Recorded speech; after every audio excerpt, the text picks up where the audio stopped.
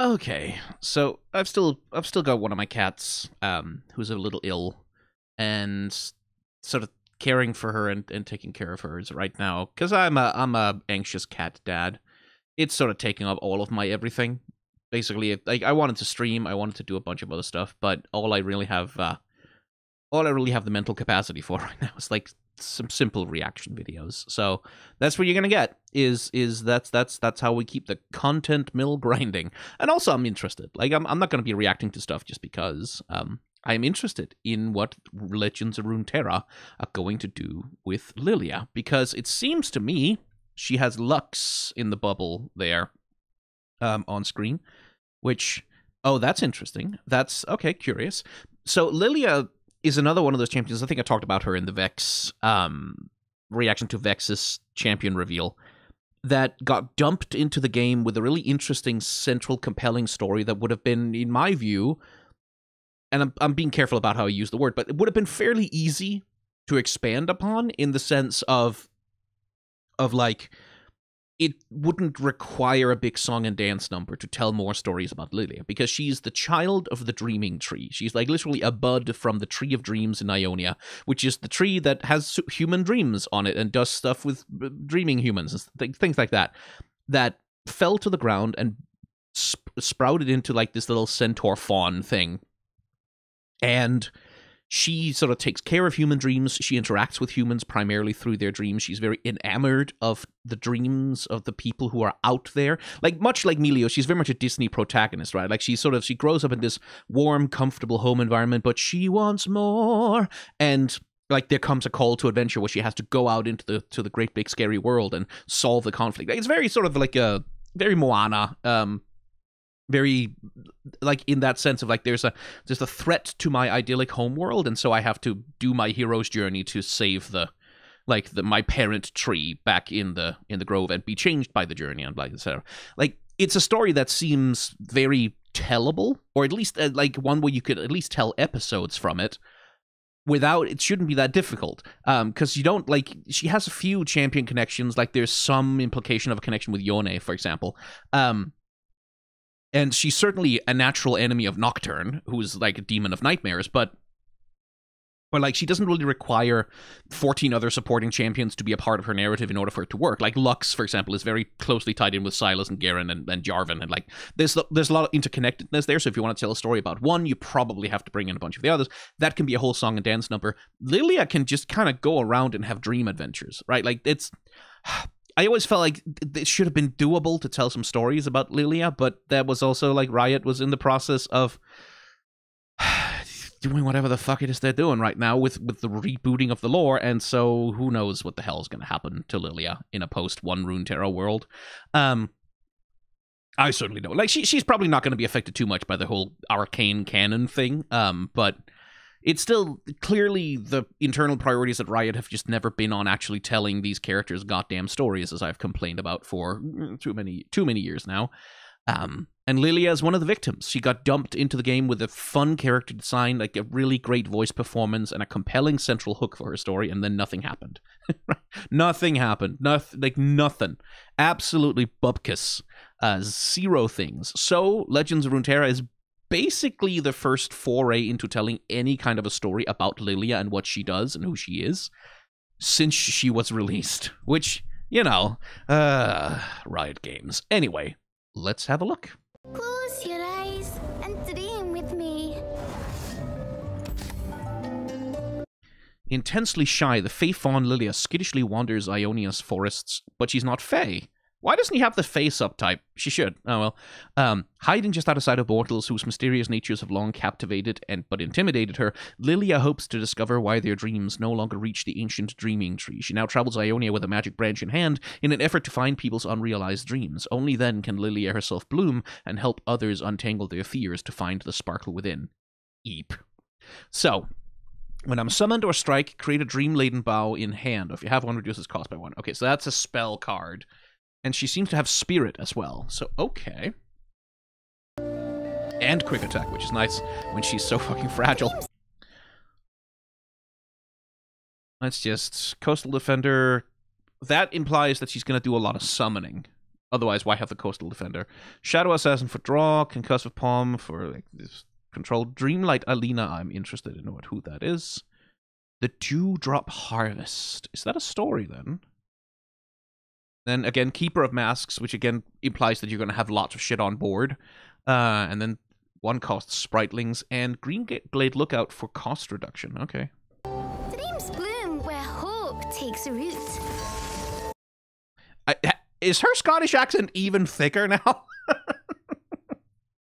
Because, like, it's fairly thick in her League of Legends voiceover. It sounds even thicker here in Legends of Runeterra. I like that, though. It's a charming part of her characterization. Dream-laden bound. Sleep an ally. Sleep. Obliterate a unit and recall its attachment to store an exact copy in a landmark for 1 round. Wait, what? Really? That's a... Okay. So that you can get the attachments off a thing. Because that's basically the Sonya's Hourglass thing. Like, Lysandra has something similar with her Frozen Tomb. And then there's the Stopwatch Hourglass spell item that I think is Shuriman that does something similar. But now that's like a mechanic. Like, specifically, like, sleep is a mechanic. Okay. So why would you sleep an ally? Oh dear, they've fallen right to sleep. Hello? Wake up! Go on, dance! Sing to me of little lost dreams far away. Mother and guardian. A little dream does wonders. I'm still not seeing what the advantage is to sleeping some. Oh, hello. Hang on. No. You don't get to flash through images like that without. Okay, so what do we got here? So she's seeing Lux's nightmare, I think, is the idea here. So hands reaching out from the side, grasping. That seems like the nightmare that Lux was going through in her level up animation. Some kind of building or structure that she's going towards. This looks familiar somehow.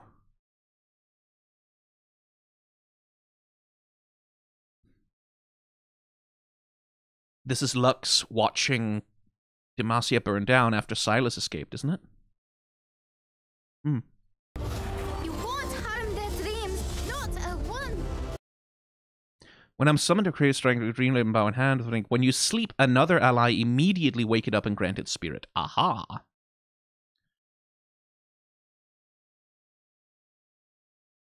Yeah, okay, so that's... You summoned 15 allies a landmark. Right, okay, so that's why. So every time you use the Dream-Laden Bow, you're technically summoning a landmark. Right.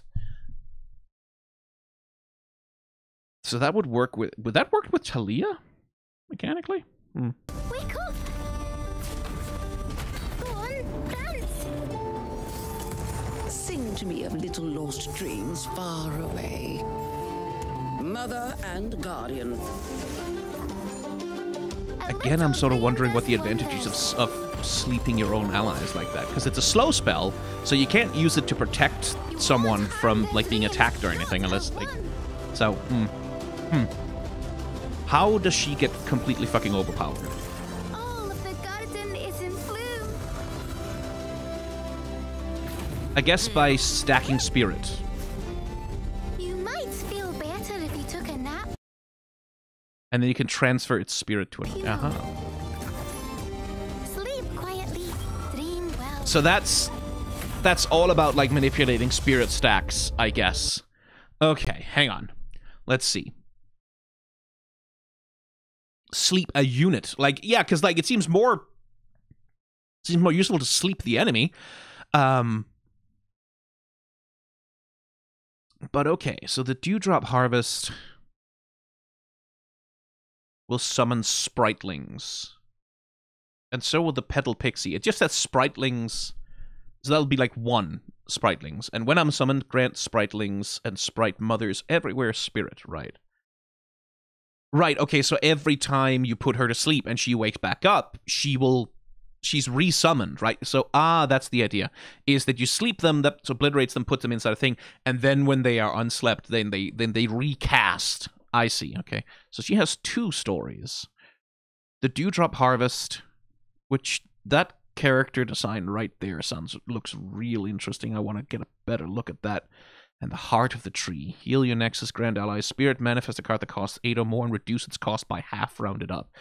Jesus, imagine if you get an Elder Dragon with that. It just says a card, right? Like, it could be fucking anything. I guess that's the weakness of it, but still, an 8-cost card for 4 at the most. Or at the least, right? Recall and now to grant all the stacks of spirit. Yeah. Fully heal an ally and then sleep it. Yeah. Okay, so that looks like it's a complicated... I am not good at like, sort of thinky-heavy, spell-heavy characters in card. Like, I like to put big things on the board, and then I like to have those big things hit other things in the face, right? That's my playstyle, more or less. Sort of complicated calculations of, like, taking something off the board and putting it back on the board and, like, buffing it slowly over time is like, whew. I don't know if I'm going to be good at playing Lillia, but I want to get a better look at those cards. So, when you summon a unit without playing it, right, and that's so her power in Path of Champions is, like, interacting very, very strongly with the sleep mechanic. And then create a Blooming Bud in hand if you already have one. And Blooming Bud would be this one where you can sleep any unit and then reduce its cost, which is fairly useful. And when you summon a unit without playing it, grant its spirit twice, which that's when she can get some real chunky monkeys on board for fairly little cost. Yeah, I see. Okay, I get it.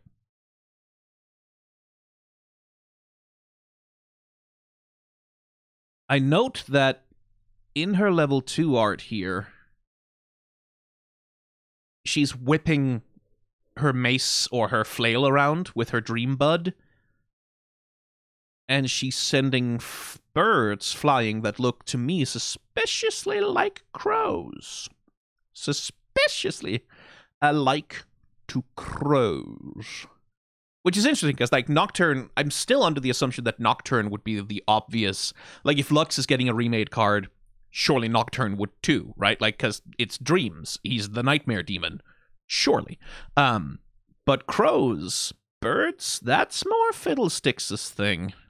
And it would make more sense in terms of, like, trying to generate some hype, rather than remaking Nocturne to make Fiddle fucking Sticks, and put him in the game. So I guess that makes sense. Let's have a look at, let's try and catch a look at her art here.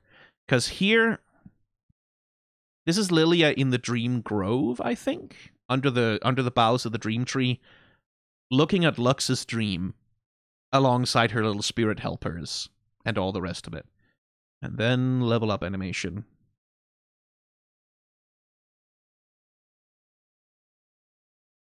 Is you can see Lux's... It's almost as though it's getting poisoned by that, like, dark smoke pouring into it. Which, again, like, surely that's fucking Nocturne, right? Especially with that almost red glow like an eye coming through there. And Lillia being concerned. And then scared by what she's seeing. Again with the birds. That could also be Swain, of course. He also has a thing about birds, but... Because birds is like, that is not Nocturne. That is Fiddlesticks. And then seeing that, becoming determined to do something. Yeah.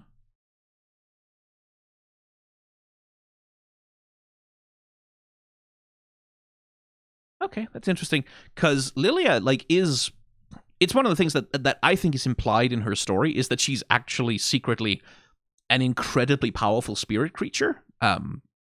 Like, not just like she's sort of, oh, I'm Lillia, I'm so scared and I'm Scottish. Like, she's very shy. She's very sort of retiring. She doesn't want to hurt anyone. She doesn't want to fight anyone. She's terrified of almost everything in the world. She's insecure. But my feeling is that kind of part of the point is that she is like the fucking avatar of dream power on Runeterra, right? Like that she's someone who can, if she understands it and if she chooses to unleash like incredible amounts of power.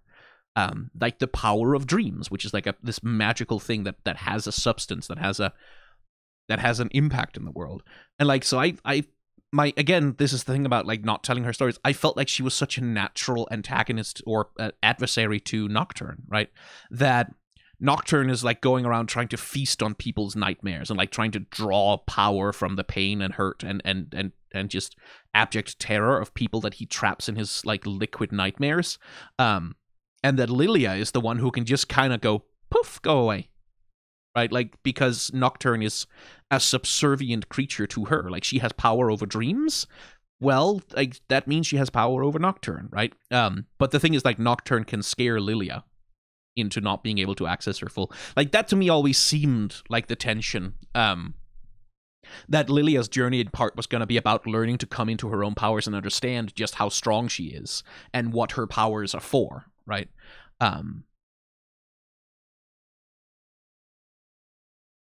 But yeah, in the gameplay footage, she's only facing Vex. So, And I'm not seeing any indication of new units that would be like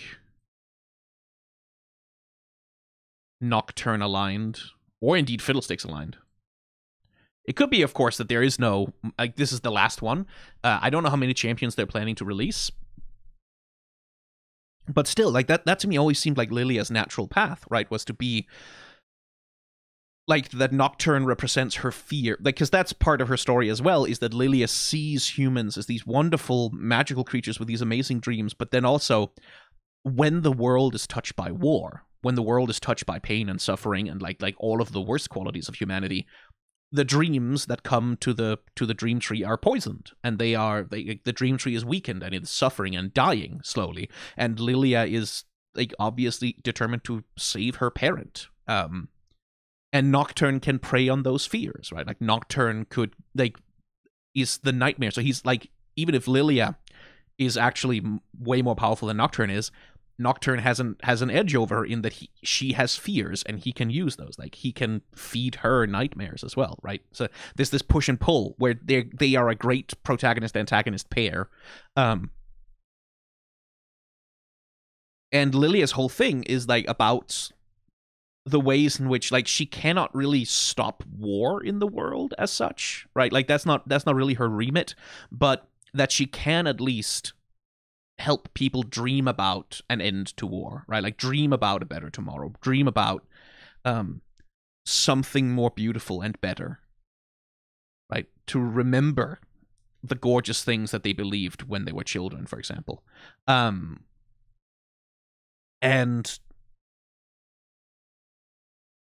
I think, again, like that's because that means any character you have Lillia interact with, you can do so much character building for them, right? Like say you have Lillia interact with Jin, right? What kinds of dreams does a man like Jin dream? Doesn't matter what the answer is. Doesn't matter if it's like, if he dreams about pink fluffy unicorns dancing on rainbows, or if he dreams of like abstract visages of total global destruction. It doesn't matter. Whatever it is, Jin becomes a more interesting character for having interacted with Lillia, for being forced to like confront his dreams, or like for giving us insight into what and how he dreams, right? Like, and the same thing with like Lux. The fact that Lux dreams of herself as a champion of the Demacian establishment, right? Like as someone who was loved and admired and accepted in Demacia, and who gets to be part of the Crown Guard family, and the Crown Guard family get to be the good guys, and like no one's being oppressed, and no one's like that is the shape of her dream that tells us something about how Lux thinks, right? Like how she feels about Demacia, what she wishes could be, where the reality is, of course, that Demacia is like, that ain't gonna be like that. Right? And like, at least in like my estimation certainly would be that like Demacia as it exists has to fall, because it is the entrenched class of the nobility in Demacia that has like cemented its power through persecution of magic and mages, right? Like it's a class-based struggle, and there has to be an overthrow there, which is the argument that Silas makes, right? Like especially after Mage Seeker, Silas is much more like less about I just want to murder all of the people on top, and more like I want to get rid of like this structural oppression, which I thought was a good move for him. But that's besides the point. Like again, Silas's dreams would also be an interesting place to interact with, because Silas is another character who's explicitly very vulnerable to Nocturne, right? Because Silas has nightmares as well, that really, really haunt him. And so Lillia is like, again, one of those characters with so much fucking potential. She could have done so many things, been used in so many ways. Like if they just wanted to let her interact with other characters, and even if they didn't, just having her interact with the people of Runeterra, you could get interesting, good insight into like what their fears and their worries and what their lives are like, what they need, what they, yeah. Yeah, I wish, but I'm glad Lillia gets to do something here. That like, and this is where all my speculation about Nocturne comes from. Is like, so is the narrative like, because expansions tend to have like little mini narratives embedded within them.